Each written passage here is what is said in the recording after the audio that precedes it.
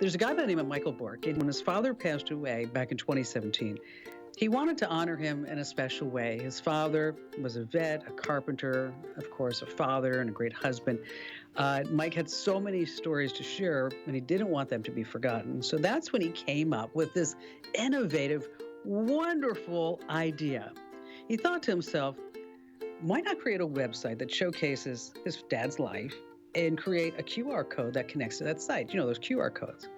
And then affix that QR code to a gravestone. So anybody who's walking by, they can say, hey, I wonder what this person is about. It's so fabulous. What a great idea. So joining us today on the Kim Komando Show is inventor Michael Bourque to share his story. Michael, it's so great to meet you. I'm so glad that you're here with us. First of all, tell us a little bit about your dad. Dad was a carpenter, a simple man, but he was in many ways a genius. He was too cheap and poor to hire anybody to fix the house, so it was my job to hold the flashlight as we fixed everything around the house.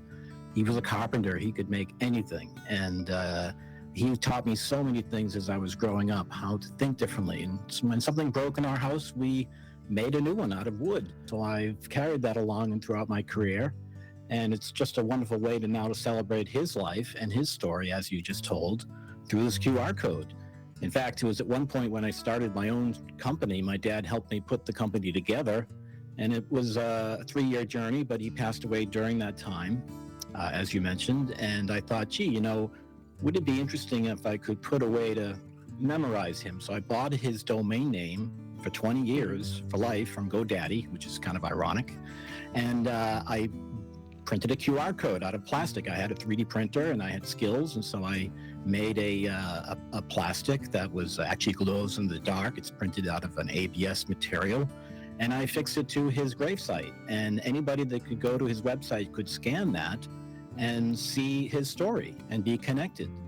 And I decided that I would share this on my social media, and that post has gone viral. Over 2.5 million people around the world have scanned that QR code. And in fact, because I've connected it with Google Analytics, something else I learned from you, Kim, I know where everybody in the world who has scanned that QR code. And he would be thrilled to know that several people in Korea, where he fought as a very brave veteran, scanned it there. And so you put this on just for your dad. Did you think it would turn into what it did?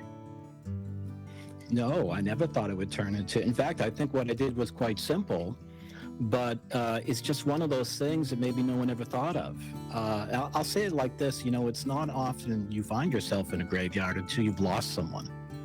And you're walking around and you are wondering, who are these people? Why is this gravestone bigger than the other? How come I can't read this one? Boy, I wish I knew more about these people. And so I'm telling you, if I saw a QR code in a graveyard, I'm going to scan it. I want to show your audience, if they haven't seen the QR code, I've got it on my phone here. If I see if I can get that in your view there. Yeah. That's the picture I posted, and that's the picture that found us together. That's why we found each other. But I have so many ideas on top of this. My brother died of ALS. He had the misfortune of being able to plan his own going away party. But imagine collecting all those memories that you put together when someone dies. They're often left on a server underneath someone's desk at a funeral home. And I'm terrified of when those servers go down. They're always running Windows NT, Windows 98. I mean, come on. So the idea is to get all these put into a place that will stay there forever.